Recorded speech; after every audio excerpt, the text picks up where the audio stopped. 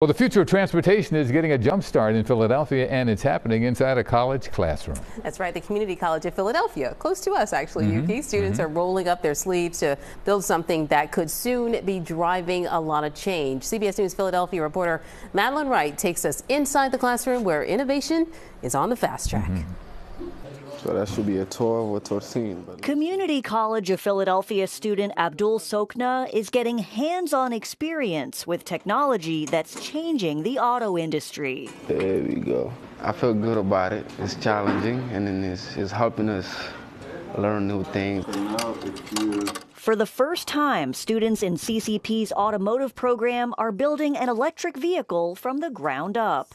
The car is one of only 400 like it in the world. The biggest challenge, I think, is just getting all the wires and, learning all the schematics. There's a chain guard. Instructor Richard Saxton says the students aren't just learning technical skills.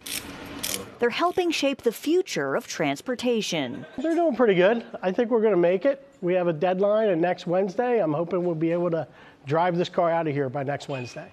As the world shifts toward cleaner energy and sustainable technology, these students are learning to lead the charge. I mean, everything is changing now.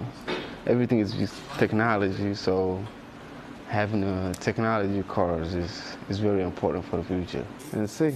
For Abdul Sokhna, this is more than just a class assignment. It's preparation for a lifelong dream, working at his dad's auto repair shop in Germantown. But my main dream is just to go to the top as high as I can.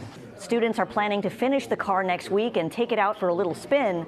Then the instructor will take apart all the components and get them ready for the next high voltage class in summer 2026. In West Philly, Madeline Wright, CBS News, Philadelphia.